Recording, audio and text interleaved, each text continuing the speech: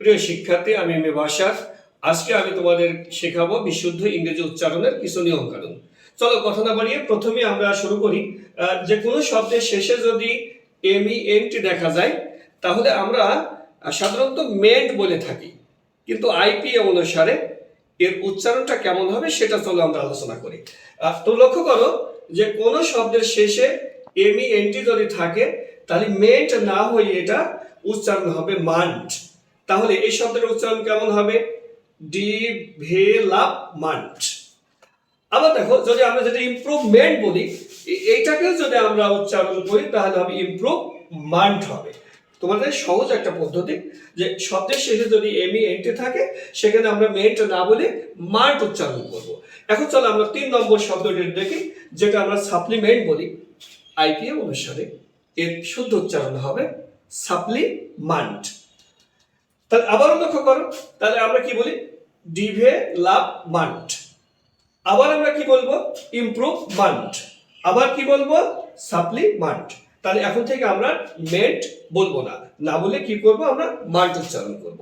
চলো এখন পরবর্তী নিয়মটা আমরা একটু দেখি, যে কোনো শব্দের শেষে যদি এলই ডাবল এস থাকে আমরা সাধারণত লেস বলে থাকি, কিন্তু আইপিএ অনুসারে উচ্চারণ হবে লাস।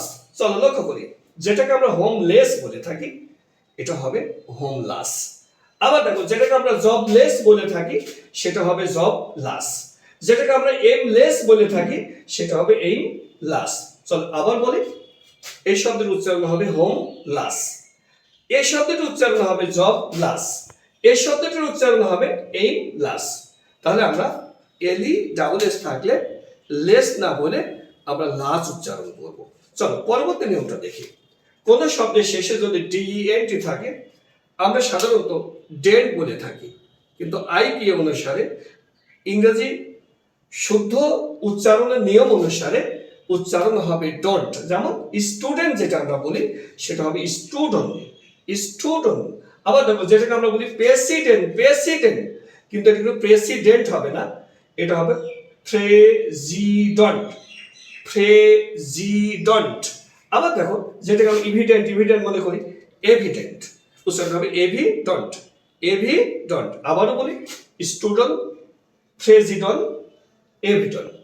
প্রিয় শিক্ষার্থী, আজকের ক্লাস থেকে আমরা শিখলাম যে কোনো শব্দের শেষে যদি এমইএনটি থাকে মান্ট উচ্চারণ হবে, কোন শব্দের শেষে যদি এলই ডাবল এস থাকে লাস উচ্চারণ হবে, কোন শব্দের শেষে ডিইএনটি থাকে ডন্ট হবে। যেমন আমরা ডেন্ট না বলি সেখানে আমরা বলবো ডন্ট উচ্চারণ হবে। এভাবে তোমরা অসংখ্য উচ্চারণের নিয়ম কানুন জানতে তোমরা আমার লেখা এই বইটি অনুসরণ করতে পারো। এই বইটি অনুসরণ করলে যে কোনো প্রশ্নের উত্তর তোমরা পাবে, সেটা শুদ্ধ উচ্চারণের উপরে, কারণ এই বইটিতে আইপিএ অনুসারে লেখা হয়েছে এই বইটি, এবং এই বইটিতে আইপিএ সিম্বলগুলোর বাংলায় অনুবাদ করা হয়েছে, যা সকলের জন্য সহজে বোধগম্য হবে।